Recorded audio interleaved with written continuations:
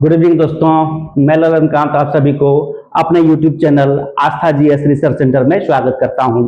दोस्तों, अब हम लोग प्राचीन भारत का इतिहास पूरी तरह समाप्त कर चुके हैं और मध्यकालीन भारत का इतिहास का आज हम पहला लेक्चर लेने जा रहे हैं। दोस्तों, इसके प्रीवियस लेक्चर में हम आप लोगों को बताए थे कि मध्यकालीन भारत के इतिहास में कितना पढ़ना है। सबसे पहले हम बताए थे कि भारत पर अरबों का आक्रमण पढ़ना है, फिर हम लोग मोहम्मद गजनी पढ़ेंगे, गौरी पढ़ेंगे, फिर गुलाम वंश पढ़ेंगे, यानी कि दिल्ली सल्तनत के बारे में पढ़ेंगे। दिल्ली सल्तनत में 5 राजवंशों के बारे में पढ़ेंगे: गुलाम वंश, खिलजी वंश, तुगलक वंश, सैयद वंश और लोधी वंश। उसके बाद मुगल साम्राज्य के बारे में पढ़ेंगे, फिर उत्तर मुगल काल का काल आरंभ हो जाता है, उसके बारे में पढ़ेंगे, फिर मुगल काल का पतन किस प्रकार हुआ ये पढ़ेंगे। इतना हम लोग मध्यकालीन भारत के इतिहास में पढ़ेंगे। उसी संदर्भ में आज का ये पहला लेक्चर जो है, जिसका शीर्षक है भारत पर अरबों का आक्रमण।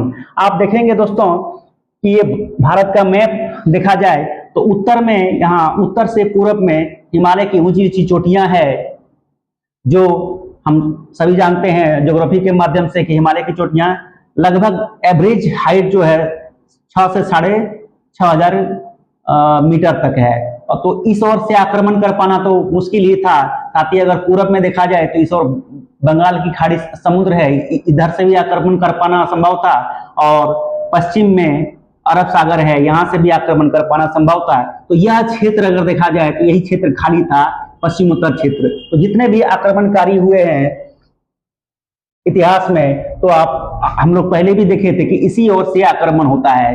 तो भारत पर पहला मुस्लिम आक्रमणकारी जो थे वो अरबवासी थे। तो वे भी ईरान से आए थे, ईरान से आए थे, और ईरान से इसी क्षेत्र से आए थे, पश्चिमोत्तर क्षेत्र से। और जब इन्होंने आक्रमण किया था तो इस क्षेत्र का राजा दाहिर था, और ये क्षेत्र सिंध कहलाता था, और सिंध का राजा उस समय दाहिर था, और दाहिर के ही पिता का नाम चच था। अब देखेंगे कि अरबों के सिंध विजय की जानकारी का स्रोत जो है चचनामा है। दाहिर का पिता चच के नाम पर फारसी ग्रंथ है, उसका नाम चचनामा है। जब चैप्टर हम विस्तार से पढ़ाएंगे तो देखने को मिलेगा। तो आइए शुरुआत करते हैं।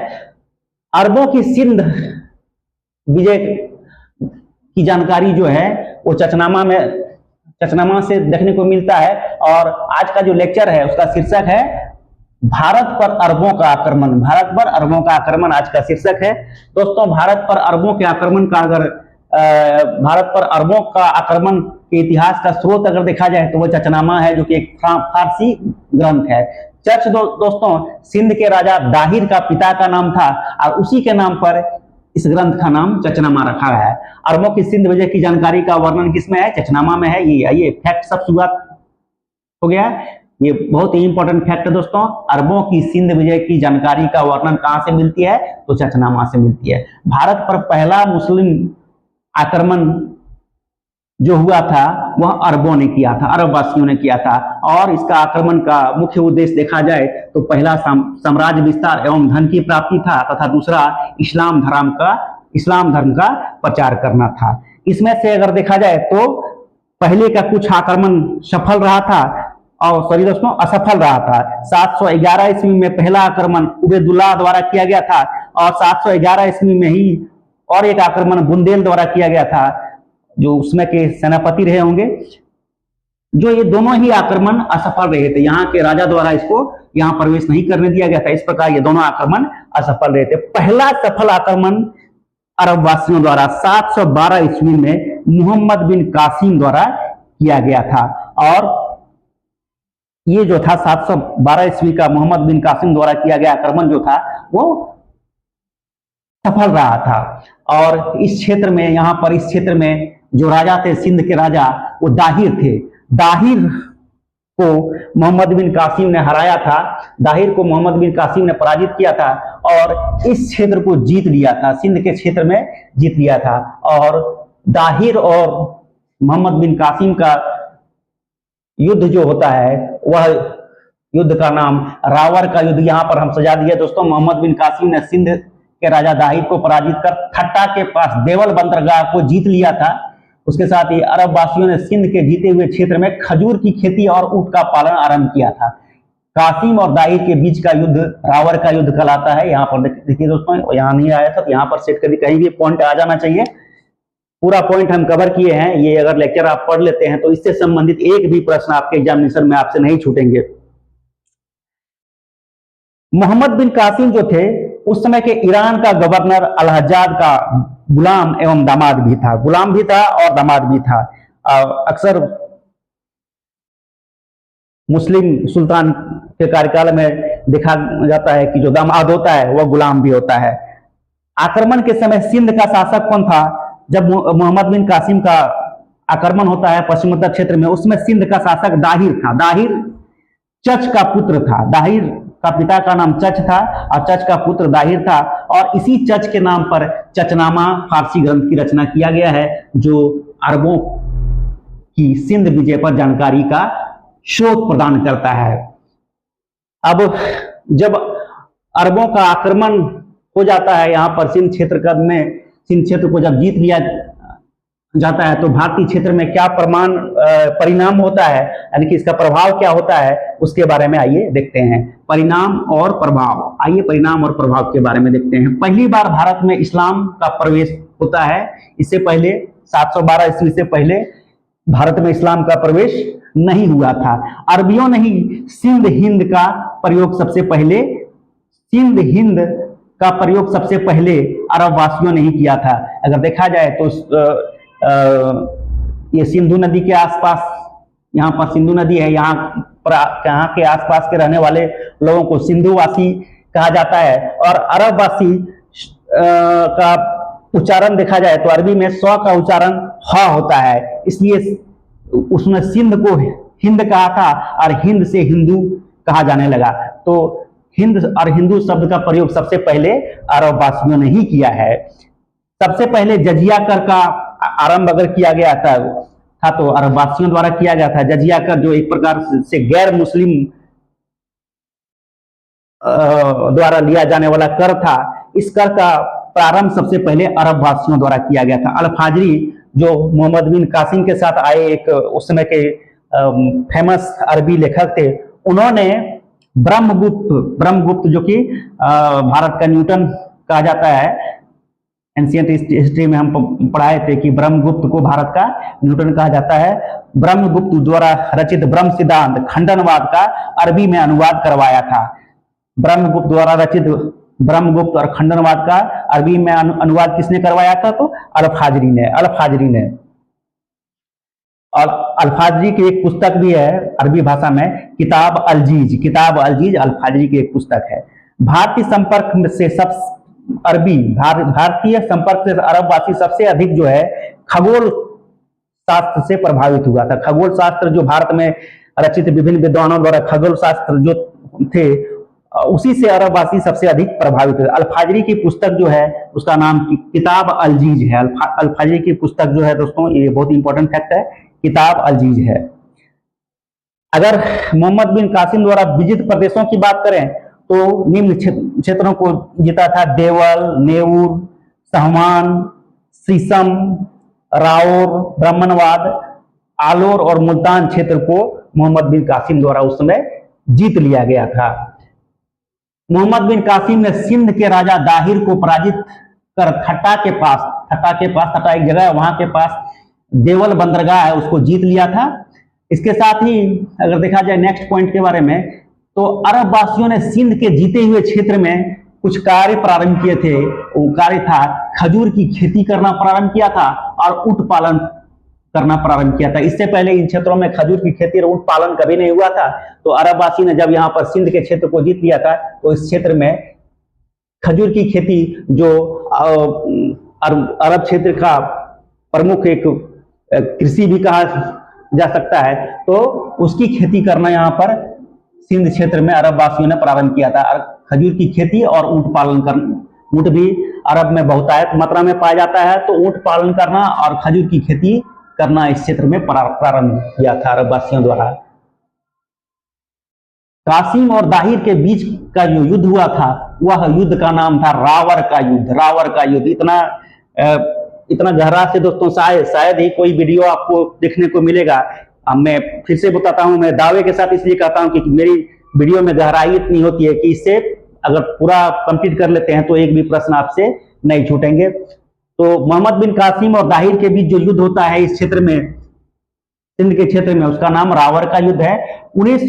714 ईस्वी में क्या होता है, अल हज्जाज जो कि ईरान के गवर्नर थे और अल हज्जाज का ही दामाद एवं गुलाम था मोहम्मद बिन कासिम। तो 714 ईस्वी में क्या होता है, अल हज्जाज की मृत्यु हो जाती है। साथ ही 715 ईस्वी में खलीफा, उस समय के जो खलीफा थे, खलीफा कौन होते हैं ये बाद में हम बताएंगे, खलीफा की मृत्यु हो जाती है। 714 ईस्वी में अल हज्जाज जो कि मोहम्मद बिन कासिम के ससुर भी थे, उनका मृत्यु हो जाता है। 715 ईस्वी में उस समय के खलीफा की मृत्यु हो जाती है, जिस कारण मोहम्मद बिन कासिम को वापस बुला दिया जाता है। 715 ईस्वी में मोहम्मद बिन कासिम वापस चले जाते हैं और इसी के साथ भारत पर अरबों का आक्रमण की कहानी लगभग समाप्त हो जाता है। लेकिन आइए थोड़ा सा हम इस्लाम धर्म का उदय के बारे में पढ़ लेते हैं, थोड़ा सा मोटे तौर पर जान लेना बहुत जरूरी है। इस्लाम धर्म का उदय के बारे में इसके संस्थापक जो है हजरत मोहम्मद साहब को इस्लाम धर्म का संस्थापक माना गया, जिनका जन्म 570 ईस्वी में मक्का में हुआ था। मोहम्मद साहब के पिता का नाम अब्दुल्ला एवं माता का नाम अमीना थी। अगर देखा जाए तो मोहम्मद साहब को ज्ञान की प्राप्ति 610 ईस्वी में मक्का में ही हीरा नामक गुफा में हुआ था। मक्का में हीरा नामक गुफा में 610 ईस्वी में मोहम्मद साहब को ज्ञान की प्राप्ति हुई थी। 24 सितंबर 622 ईस्वी को मोहम्मद साहब मक्का से मदीना जाते हैं और उसी तारीख को हिजरी सनवत माना गया, उसी तारीख से हिजरी सनवत का प्रारंभ माना गया है। 622 ईस्वी में 24 सितंबर को मोहम्मद साहब मक्का से मदीना की यात्रा करते हैं और उसी तारीख से इस्लाम धर्म में हिजरी सनवत की आरंभ माना जाता है। इनका विवाह खादीजा नामक एक विधवा स्त्री से हुआ था, जिससे एक पुत्री भी इनको हुआ था जिनका नाम फातिमा था। मोहम्मद साहब के दामाद का नाम अली और इनकी मृत्यु 632 ईस्वी में हो गई थी।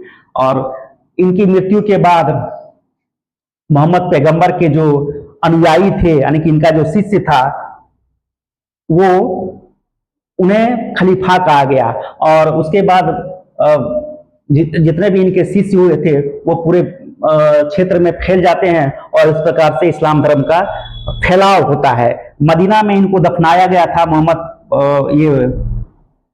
हजरत मोहम्मद साहब को, जिनको पैगंबर भी कहा जाता है, इनको मदीना में दफनाया गया था। पैगंबर मोहम्मद की मृत्यु के बाद उनके उत्तराधिकारी खलीफा कहलाए थे। तो यहाँ पर यही खलीफा है दोस्तों। जो भी उसके बाद देखा जाता है कि जो भी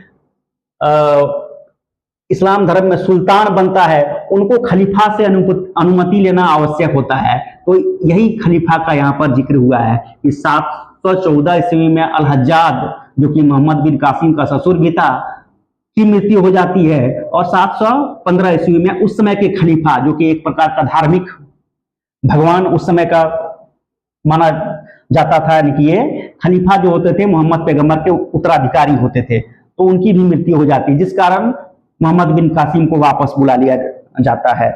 उसके बाद अगर देखा जाए, पैगंबर मोहम्मद की मृत्यु के बाद उनके उत्तराधिकारी खलीफा कहलाए। पैगंबर मोहम्मद द्वारा दिया गया 5 शिक्षा जो था, इनके द्वारा दिया गया 5 शिक्षा जो है था दोस्तों, कलमा, यानी कि सिक्कों पर का देखा जाए कई मुस्लिम सुल्तान द्वारा देखा गया है कि वे अपने सिक्कों पर कलमा खुदवाते थे। कलमा खुदवाना, नमाज पढ़ना, रमजान मनाना और जजिया कर लेना तथा जकात कर देना। जजिया कर गैर मुस्लिम द्वारा लिया जाने वाला कर था और जकात कर मुस्लिम द्वारा दिया जाने वाला कर था। उसके बाद हज, ये 5 शिक्षाएं मोहम्मद पैगंबर द्वारा दिया गया था कि प्रत्येक मुसलमान को अपने जीवन में कम से कम ये 5 काम करना चाहिए। कलमा खुदवाना चाहिए, नमाज पढ़ना चाहिए, रमजान करना चाहिए, जजिया कर लेना चाहिए और जकात कर देना चाहिए, साथ ही हज करना चाहिए। और लगभग बाद में हम लोग देखेंगे कि जितना भी मुस्लिम राजा हुए हैं उनके द्वारा ये 5 काम किया जाता है। तो ये था दोस्तों आज का क्लास, जिसमें हम भारत पर अरबों के आक्रमण के बारे में बहुत अच्छे से पढ़ाएं। उम्मीद करते हैं कि आपको समझ में आ गया होगा। आइए एक बार हम फिर से रिकॉल कर देते हैं। आज का शीर्षक है भारत पर अरबों का आक्रमण। दोस्तों, भारत पर अरबों का आक्रमण का स्रोत क्या है? चचनामा है। चचनामा एक फारसी ग्रंथ है, वही जो पुस्तक है भारत पर अरबों के आक्रमण का स्रोत है। आइए मैन फैक्ट के बारे में देखते हैं। अरबों की सिंध विजय की जानकारी का वर्णन एक पुस्तक से मिलती है, उसका नाम चचनामा है। भारत पर पहला मुस्लिम आक्रमण अरबों ने ही किया था। अरबवासी पहला मुस्लिम आक्रमणकारी बने थे जिन्होंने भारत पर आक्रमण किया था। उनका उद्देश्य में देखा जाए तो साम्राज्य विस्तार करना और धन प्राप्ति करना था, साथ ही दूसरा उद्देश्य में इस्लाम धर्म का प्रचार करना। सबसे पहले अरबवासी ने 711 ईस्वी में उबैदुल्लाह द्वारा किया गया था, और उसके बाद 711 ईस्वी में बुंदेल द्वारा किया गया था, जो असफल रहा था। इस क्षेत्र के जो राजा थे वहां पर इनको प्रवेश करने नहीं दिया जाता है, हरा दिया जाता है, हरा के भेज दिया जाता है। सबसे पहला सफल आक्रमण जो किया था वो मोहम्मद बिन कासिम ने किया था 712 ईस्वी में, और इस क्षेत्र में, इस सिया क्षेत्र सिंध क्षेत्र कहलाता था, इस क्षेत्र के राजा दाहिर थे, और दाहिर को मोहम्मद बिन कासिम ने हरा दिया था और इस क्षेत्र को विजित कर लिया था। और मोहम्मद बिन कासिम और राजा दाहिर के बीच हुए युद्ध का नाम जो था वो रावर का युद्ध था। रावर का युद्ध में मोहम्मद बिन कासिम ने राजा सिंध को हरा दिया था, और राजा सिंध जो था वो चच का पुत्र था। चच का पुत्र था, और दाहिर के पिता के नाम पर ही ये फारसी ग्रंथ का नाम चचनामा रखा गया है। मोहम्मद बिन कासिम जो थे ईरान का गवर्नर अल हज्जाज का गुलाम एवं दामाद था। आक्रमण के समय सिंध का राजा कौन था? दाहिर था। दाहिर कौन था? तो चच का पुत्र था, और चच के नाम पर ही इस पुस्तक का नाम चचनामा रखा गया है। अगर देखा जाए तो जब भी कोई बड़े आक्रमण किसी क्षेत्र में होता है तो कुछ परिणाम उसके होते हैं और उसका कुछ प्रभाव भी होता है। तो परिणाम और अथवा प्रभाव में अगर देखा जाए तो पहली बार भारत में इस्लाम धर्म का प्रवेश होता है, और अरब वासियों ने ही हिंद हिंदू का प्रयोग किया था। हिंद हिंदू जो नाम दिया गया है वो अरब वासियों द्वारा दिया गया है, क्योंकि इस क्षेत्र में सिंधु नदी बहती है, और सिंधु आप देखेंगे कि प्राचीन इतिहास में हम लोग देखे हैं कि नदी घाटी सभ्यता के बारे में हम लोग पढ़े थे। तो सिंधु नदी के क्षेत्र में रहने वाले लोग को सिंधुवासी कहा जाता था, और अरब वासी स्व को ह कहते थे। तो सिंध को उन्होंने हिंद का, और वहां रहने वाले लोगों को हिंदू कहा। तो हिंदू नाम जो दिया गया है वो अरब वासियों द्वारा दिया गया है। तो हिंद हिंदू का प्रयोग सबसे पहले अरब वासियों ने किया था। सबसे पहले जजिया कर अरब वासियों द्वारा लिया गया था। मोहम्मद बिन कासिम के साथ आए एक अरबी विद्वान थे जिसका नाम अल-फाजरी था। इन्होंने ब्रह्मगुप्त को भारत का न्यूटन कहा जाता है, ब्रह्मगुप्त द्वारा रचित ब्रह्म सिद्धांत और खंडनवाद का अरबी में अनुवाद करवाया था। भारतीय संपर्क में सबसे अधिक अरबवासी खगोल शास्त्र से प्रभावित हुए थे। अल-फाजरी की पुस्तक जो है, अल-फाजरी की अरब भाषा में अरबी में लिखी पुस्तक का नाम किताब अल-जीज है। मोहम्मद बिन कासिम द्वारा विजित अगर क्षेत्रों का नाम अगर देखा जाए तो निम्न क्षेत्रों को उन्होंने जीता था: देवल, नेऊर, साहवान, सीसम, रावर, ब्राह्मणवाद, आलोर और मुल्तान क्षेत्र को मोहम्मद बिन कासिम द्वारा जीता गया था। मोहम्मद बिन कासिम ने सिंध के राजा दाहिर को पराजित कर ठट्टा के पास देवल बंदरगाह को जीत लिया था। ठट्टा के पास मोहम्मद बिन कासिम और सिंध के राजा दाहिर के बीच युद्ध होता है, और वहां ठट्टा के पास स्थित देवल बंदरगाह को जीत लिया जाता है।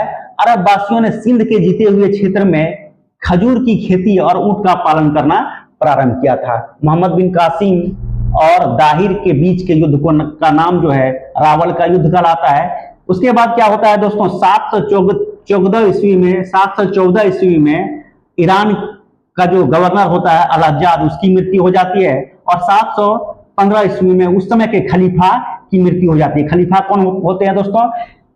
मोहम्मद पैगंबर के मृत्यु के बाद उनके उत्तराधिकारी जो थे वो खलीफा कहलाते थे, और जितने भी उस समय मुस्लिम सुल्तान बनते थे उस समय समकालीन इतिहास में खलीफा से सुल्तान की अनुमति लेना आवश्यक होता है था। तो खलीफा की मृत्यु हो जाना बहुत बड़ा एक घटना माना जाता है इस्लाम धर्म में। तो 714 ईस्वी में अल-हज्जाज की मृत्यु हो जाती है। 715 ईस्वी में उस समय के खलीफा की मृत्यु हो जाने के बाद मोहम्मद बिन कासिम को वापस ईरान शासन करने के लिए बुला लिया जाता है और भारत पर अरबों का आक्रमण की अगर इतिहास देखा जाए तो भारत में इतना तक ही पढ़ा जाता है। उसके बाद इस्लाम धर्म का उदय के बारे में पढ़ाए थे, जिसके संस्थापक हजरत मोहम्मद साहब थे। इनका जन्म 570 ईस्वी में मक्का में हुआ था। इनके पिता का नाम अब्दुल्ला, माता का नाम अमीना। इनको ज्ञान की प्राप्ति 610 ईस्वी में हीरा नामक गुफा में, मक्का में ही हीरा नामक गुफा में हुआ था। 24 सितंबर 622 ईस्वी को मोहम्मद पैगंबर जो है मक्का से मदीना की यात्रा करते हैं और 24 सितंबर 622 ईस्वी को ही हिजरी संवत का आरंभ माना जाता है। इनका विवाह खादीजा नामक एक विधवा बेगम से हुई थी, जिससे एक पुत्री इनको हुआ था जिनका नाम फातिमा थी। दामाद का नाम अली था और इनकी मृत्यु 632 ईस्वी में हो गई थी, यानी कि पैगंबर मोहम्मद की मृत्यु 632 ईस्वी में हुई थी। पैगंबर मोहम्मद को मदीना में दफनाया गया है और सभी जितने भी मुस्लिम होते हैं सब हज करने जाते हैं और वो मक्का से मदीना की यात्रा करते हैं। पैगंबर मोहम्मद की मृत्यु के बाद उनके उत्तराधिकारी जो है वो खलीफा कहलाए थे और इसी खलीफा से सभी सुल्तान की अनुमति लेना उस समय आवश्यक माना जाता था। पैगंबर द्वारा दिया गया 5 शिक्षा जो है, कलमा खुदवाना, नमाज पढ़ना, रमजान, जजिया कर गैर मुसलमानों से लेना और जकात कर देना, साथ ही हज करना, ये 5 शिक्षा जो है पैगंबर मोहम्मद द्वारा दिया गया था। तो ये तो दोस्तों आज का क्लास, जिसमें हम भारत पर अरबों का आक्रमण के बारे में पढ़े। उसके बाद नेक्स्ट वीडियो में हम लोग मोहम्मद गजनवी, फिर मोहम्मद गोरी पढ़ेंगे। उसके बाद सल्तनत कालीन इतिहास के बारे में पढ़ेंगे। इस प्रकार हम लोग कालक्रम के अनुसार मध्यकालीन भारत का इतिहास पढ़ते चले जाएंगे। दोस्तों एक के बाद एक सभी वीडियो बहुत इंटरेस्टिंग होने वाला है, इसलिए हम कहते हैं दोस्तों कि हमारे चैनल को शेयर करें, सब्सक्राइब करें और दूसरे भी दोस्तों से सब्सक्राइब कराएं, ताकि ये हमारा इनोवेटिव जो है आस्था जीएस रिसर्च सेंटर का फ्री इनोवेटिव, जिसमें हम फ्री क्लास के साथ फ्री नोट्स भी देते हैं, ताकि आपका समय बचे और आप अपने तैयारी को उस स्तर तक ले जाएं जहां तक पहुंचकर आप किसी भी एग्जामिनेशन को आराम से क्रैक कर सकें। तो ये था दोस्तों आज का क्लास। अब क्लास समाप्ति की घोषणा करते हैं। Good evening again.